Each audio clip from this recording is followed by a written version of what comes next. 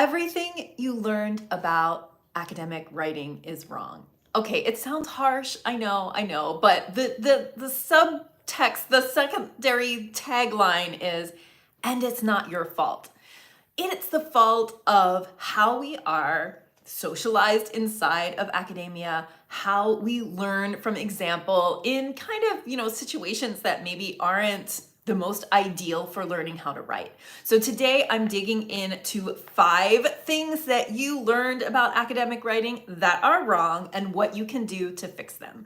My name is Kathy Mazak, and after becoming a tenured full professor, I founded a writing and publication focused professional development company for academics called Scholar's Voice. And I'm really happy to be talking to you today about, these things, common misconceptions that can lead professors astray when they are trying to get their amazing publications out in the world and actually making a difference in their field. Okay, so here's the first thing that you learned about academic writing that is wrong. The binge and bust method. Okay, so this is a method that many of us used as students to get work done. And not everybody, of course, but the doctoral student process, the graduate student experience is full of binge and bust, right? When we're trying to get a project done, a lot for our graduate coursework, a lot of times we're working up to a deadline.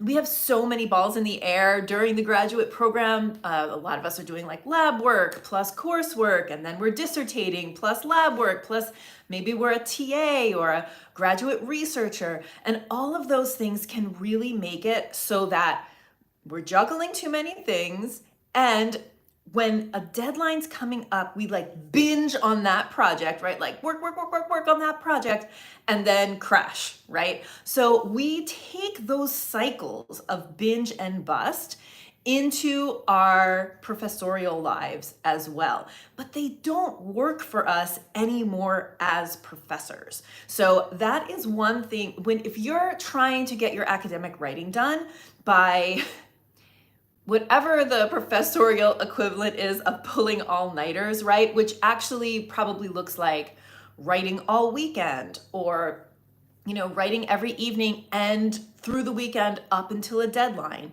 That kind of binge and bust is not sustainable. It wasn't really sustainable while you were in grad school either, and it's really not sustainable once you're a professor. So if you're thinking you're going to get your academic writing done and get your articles out by binge writing and then crashing, this is not a sustainable method. Okay, the second thing you learned about academic writing that is wrong is that you must write every day in order to get your publications out. Now, this is almost the opposite of the binge and bust, right? It comes from this idea we need to be very consistent. And consistent isn't bad. I'm not saying consistent is bad at all. But this idea of writing every day or writing a certain number of words a day, which is how this is often translated, actually comes from novel writing. It comes from creative writing, right? It comes from this idea that you're gonna write a lot and then edit back.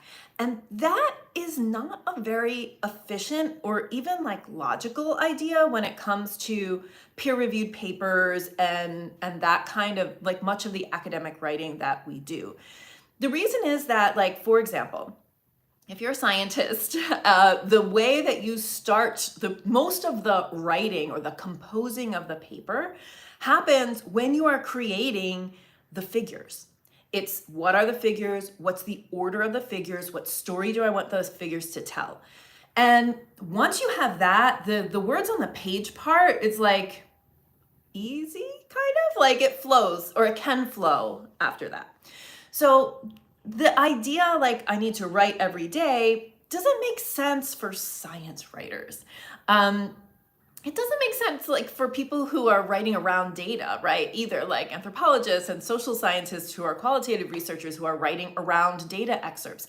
It just doesn't that write every day doesn't work. Besides the fact that also it can derail you. So if the motivation to write every day is this don't break the chain or the streak motivation, it's just not like, it's not the best motivator, in my opinion, especially for myself as a mother.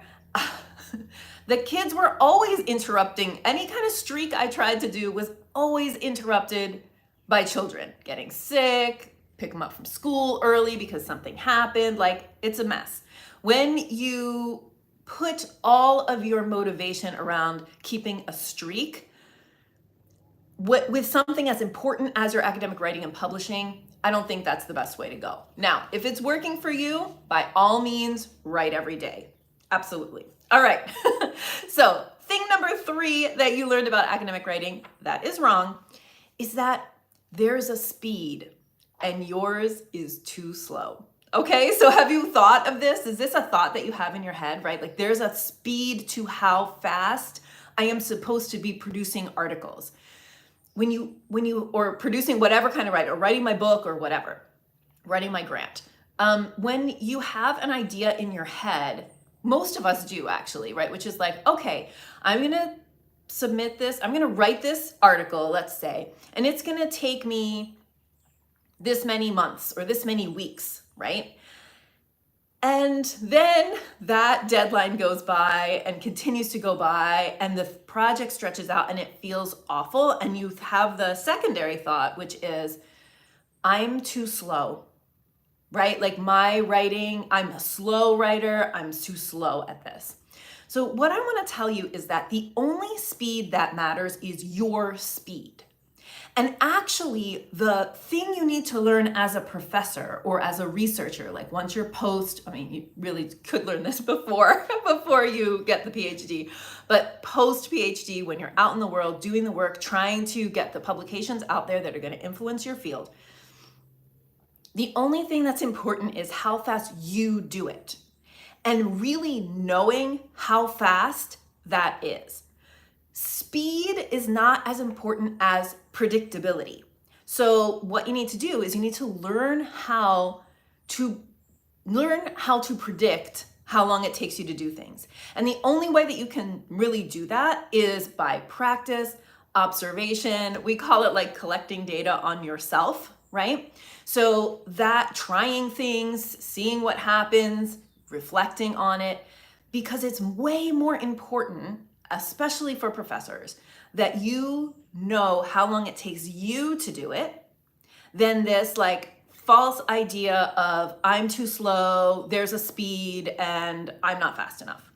That directly correlates with thing 4 that you learned about academic writing that is wrong, which is that time is your biggest obstacle. Right? Like, we think, oh, we gotta be faster. And then another thing, right? Like, I don't have enough time, right? I don't have enough time.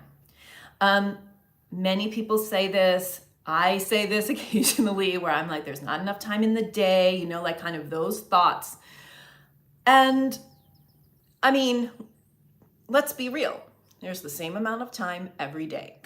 And what you have to do as a professor is to figure out how you're gonna allot it to the things that you want to and need to do in your life. Like, not just in your work, but also in your life, because you have to take into consideration rest and recovery and all of those kinds of things.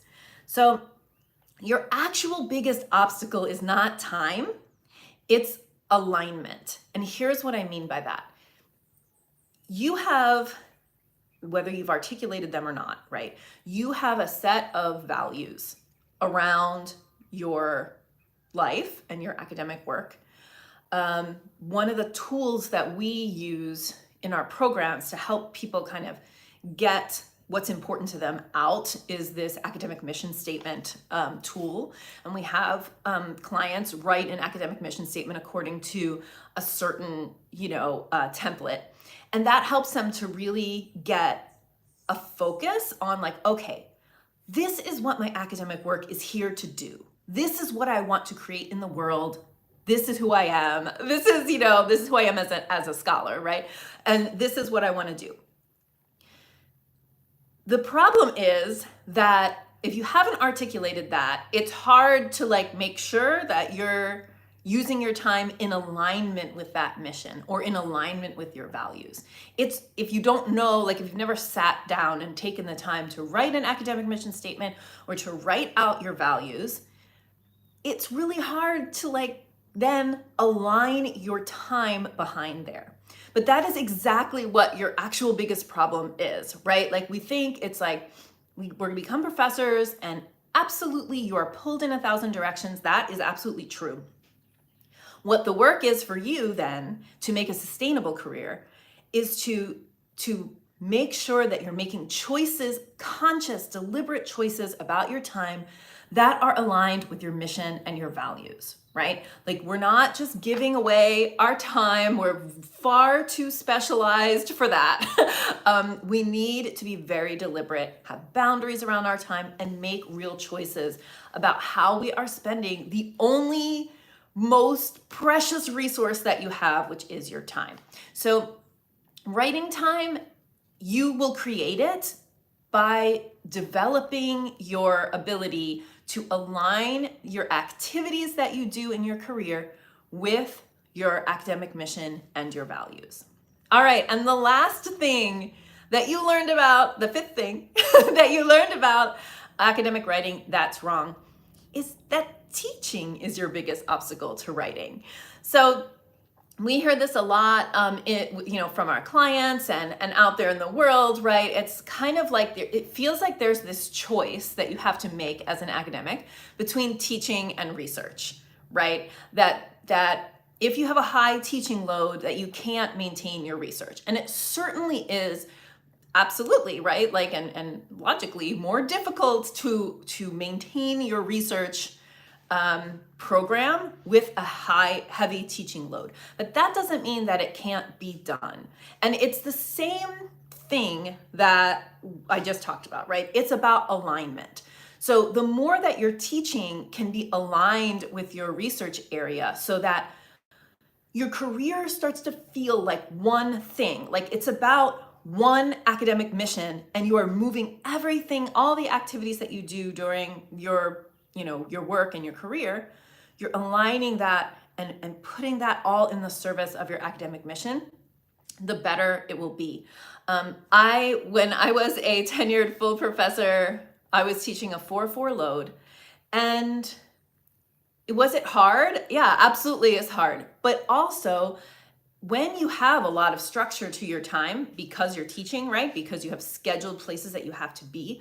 When you have that structure, there's actually an upside to it if you can, manipulate that structure to work in your favor.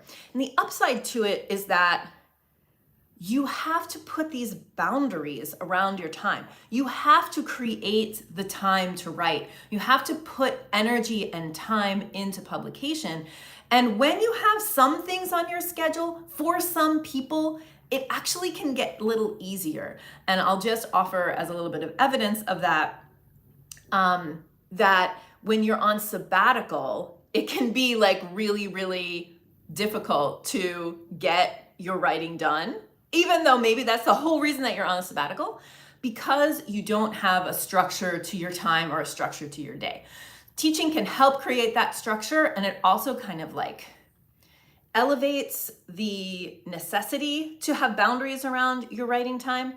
And it can just be really wonderful to really think about the ways that our research and teaching can become integrated. It's great for students, it's good for you.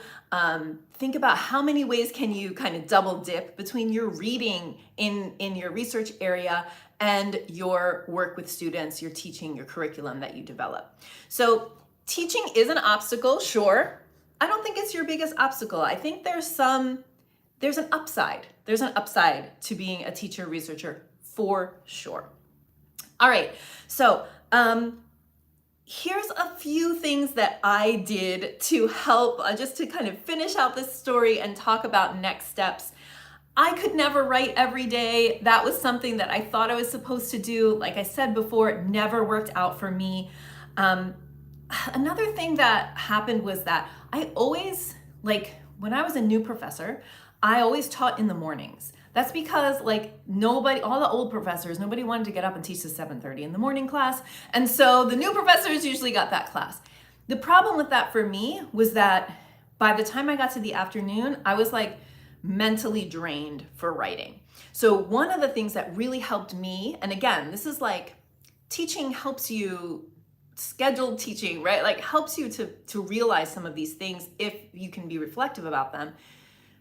What I figured out was that, well, when I was able to schedule classes in the afternoon, I could use my great morning energy and my best time of day for writing instead of using my best time of day for teaching.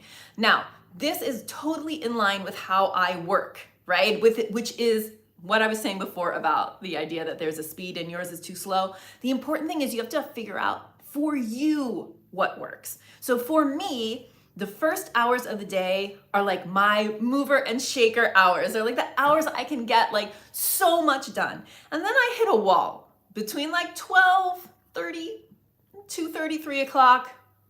I'm not very good, you know? But if I'm in a group of people, like obviously I'm gonna rally. And so that really is something that when I realized that, and then I started to build my schedule around those kind of my strengths and my best way of working, when I built my schedule around that, it became so much better in terms of being able to really get my writing done. So I offer this to you as, you know, a way to reflect on whether you have been falling into one of these traps, right? One of these 5 things that we kind of are taught about academic writing by our experience, especially as grad students, and think about ways that these things, maybe you've been thinking they're true for you, and now, you know, you can release them and you can choose something different. Before I leave, I want to let you know a few things. One is that we are on my company, Scholar's Voice, we are piloting a new version of a very old and time-tested program. We have a program called Navigate Your Writing Roadmap. And this program helps you to clear your publication pipeline. This is a program that teaches you how to figure out, gives you the space, holds the space, and also gives you training around how to figure out how you work, how to create project plans for your writing, how to map out your publication pipeline and really understand it as a high-level project plan for you. We teach you all about developing your writing system, including how you can take advantage of those like particularly great times of day for yourself. Like how can you take advantage of those so that when you're writing, you don't need to write every day. You can strive for consistency, but consistency under circumstances that are going to create flow in your writing and that are really going to move the needle on your writing impactfully. So this is a 12-week program, and we are super excited to be piloting it at the end of February, at the end of February. So in the comments, in the show notes, in the written section of this content, you will find information, a link to information about the Navigate pilot to see if maybe you want to participate, and an application to join us. So the program will be running, we'll be taking applications until February 17th, 2023. So whenever you're watching this video though, we still should be taking applications, but for this particular pilot version, we are looking for 10 to 20 people who have never taken our Navigate program before to join us this time. So thank you so much for joining me today. And I really hope that you check out Navigate. Think about these ways that we've been kind of acculturated and that the things that we end up believing about academic writing and about how to get publications out that aren't necessarily true, or maybe they were true for you once and they're not true anymore. So have a wonderful day. Bye.